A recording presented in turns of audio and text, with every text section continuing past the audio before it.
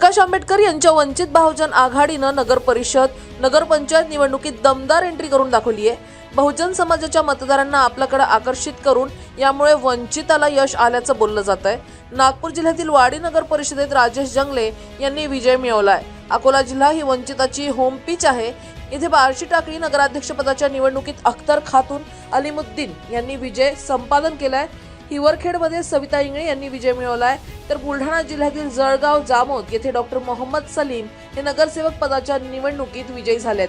मूर्तिजापूर नगर परिषदेत तस्वर खान यांनी नगरसेवक म्हणून स्थान मिळवलंय, तर अमरावतीच्या चांदूर रेल्वेतील नगराध्यक्ष पदही वंचित बहुजन आघाडीकडे आलंय। येथे प्रियंका विश्वकर्मा यांच्या गळ्यात नगराध्यक्ष पदाची माळ पडली आहे। याशिवाय जामखेडमध्ये संगीता भालेराव या नगरसेवक पदाच्या शर्यतीत जिंकले आहेत। अहिल्यानगरमध्ये संतोष टोळके यांना यश लाभलंय, तर कर्जत जामखेड येथे ॲडव्होकेट अरुण जाधव, तर नांदेड जिल्ह्यातील कंधारमध्ये दिलीप देशमुख यांना विजय प्राप्त झाला आहे। छत्रपती संभाजीनगरमध्येही वंचित बहुजन आघाडीनं यश प्राप्त केलंय।